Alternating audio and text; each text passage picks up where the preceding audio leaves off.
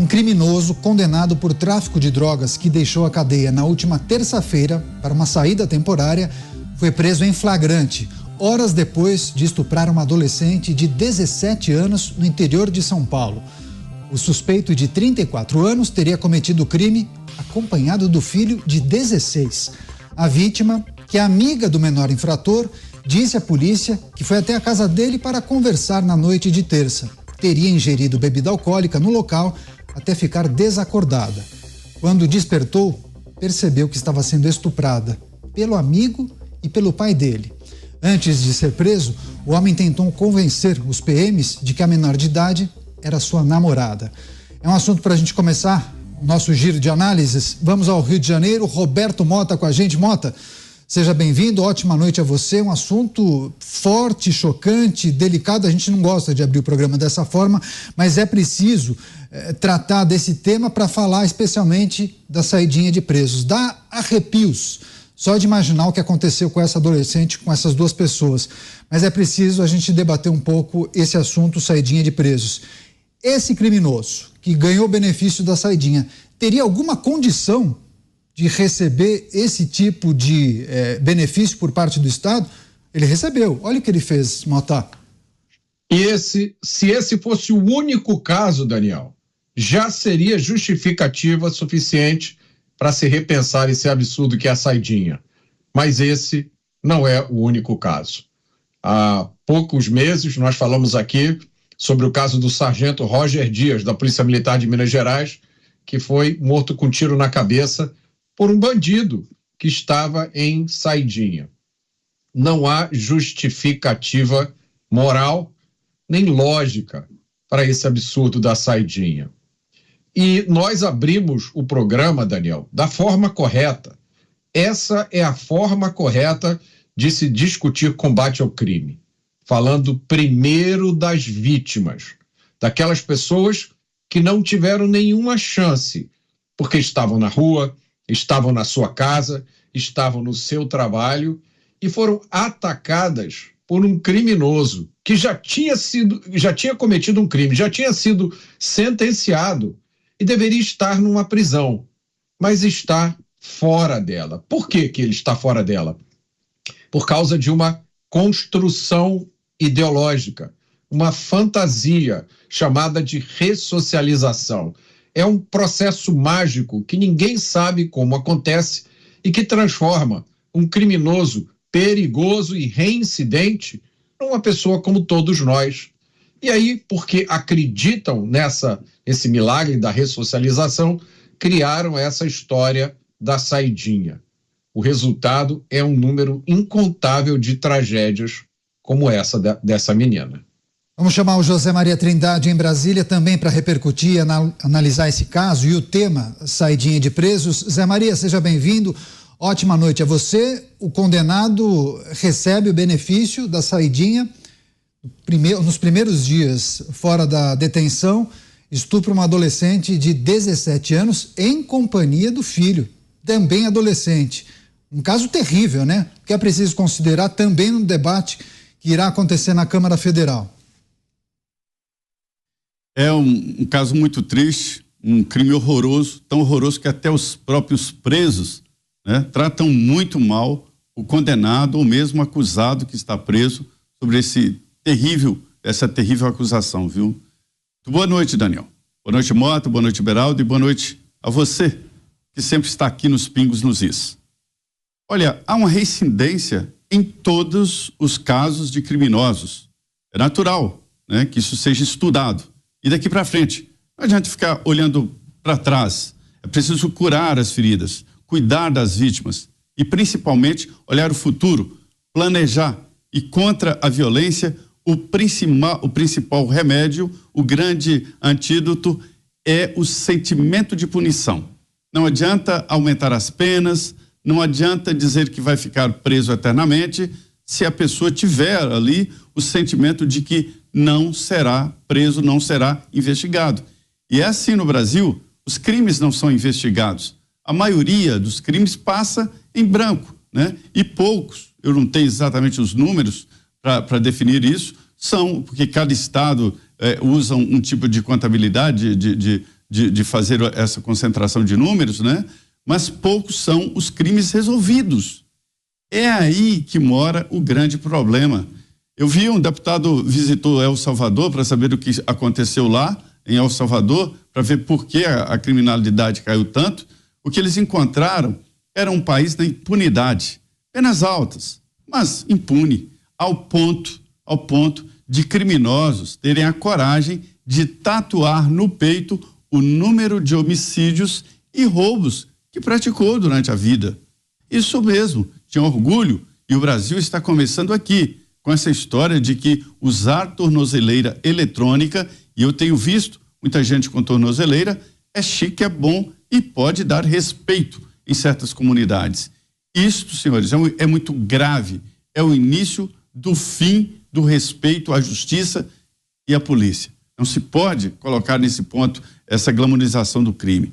Este caso específico é absolutamente absurdo, porque na saidinha é o ponto em que o criminoso que foi condenado e que já está com a pena praticamente concluída, porque já está no semiaberto, já está trabalhando, saindo cedo e voltando à noite, né? Ele faz a ressocialização.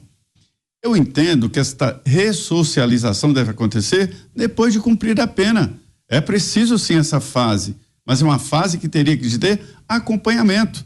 E eu acho um absurdo que um psiquiatra não faça um laudo das pessoas que coloca no semiaberto e que coloca na rua. Se houver um acompanhamento psiquiátrico e psicológico dos criminosos para traçar o perfil, muitos desses crimes seriam evitados. Não adianta falar que é a culpa da saidinha, porque daqui a pouco ele vai para a rua. A saidinha é o primeiro passo, o semiaberto e saidinha é o primeiro passo para a rua, para a liberdade total. E se o criminoso, mesmo cumprindo a pena, vai para a liberdade, ele vai. Existem dados que mostram que ele vai rescindir de qualquer forma. Então o que está faltando é isso, é acompanhamento. Não se pode colocar pessoas assim nas ruas sem um acompanhamento do Estado. É isso que está faltando. Pois é, além de não respeitar o que manda a legislação, tem um comportamento terrível, deplorável, condenável. É um péssimo pai, né? Porque é preciso trazer informações adicionais. A vítima, menor de idade, amiga também do menor infrator, disse à polícia que foi até a casa dele para conversar na noite de terça-feira. No local, ingeriu bebida alcoólica, ficou desacordada. Quando despertou, estava sendo estuprada, molestada pelo amigo e depois perdeu o sentido mais uma vez e se deparou com o pai do adolescente realizando um outro estupro. Agora você, Cristiano Beraldo, com a gente também, ao vivo. Beraldo, seja bem-vindo, ótima noite a você. O que esse crime horrível, terrível, traz para o debate quando nós olhamos para essa temática da saidinha de presos? Muito em breve, uma tratativa e votação importante na Câmara Federal. A reincidência de crimes daqueles que recebem o benefício talvez seja o ponto crucial do debate? Boa noite, Caniato. Boa noite, Mota, Zé Maria e a nossa audiência que nos acompanha nessa, às vezes, dura missão de ter que comentar fatos como esse que demonstram problemas muito mais graves do que a saidinha, Daniel. A gente, ao ver, tomar conhecimento de um episódio como esse, em que um pai que já é um problema familiar, porque o pai está preso, sai na saidinha, vai para casa e na companhia do filho adolescente estupra uma amiga do filho. Olha, é difícil dizer a profundidade, a gravidade da doença que assola parte da sociedade brasileira. A gente tem, de um lado, esse status, como falou o Zé, esse status, né? Quem usa tornozeleira hoje no Brasil tem status. Sai à noite, chama a atenção das meninas, é tido como alguém valente, alguém que está aí corajoso, tá para o que der e vier. A gente tem estrelas que atraem milhares, dezenas de milhares de pessoas para eventos de música e essas estrelas glamorizam a bandidagem ficam instigando a sua plateia para aplaudirem os bandidos. A gente viu isso não faz muito tempo.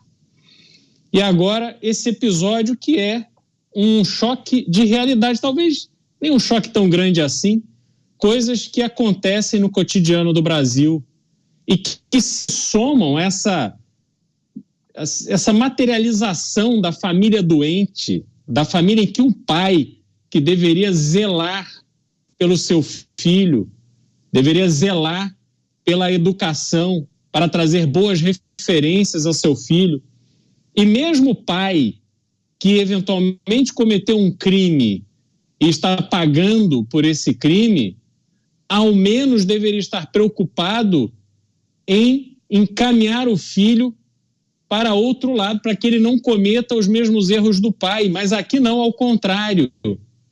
Aqui o pai já seduz, já traz o filho adolescente para que em parceria cometam o crime de estupro. Não é por falta de informação.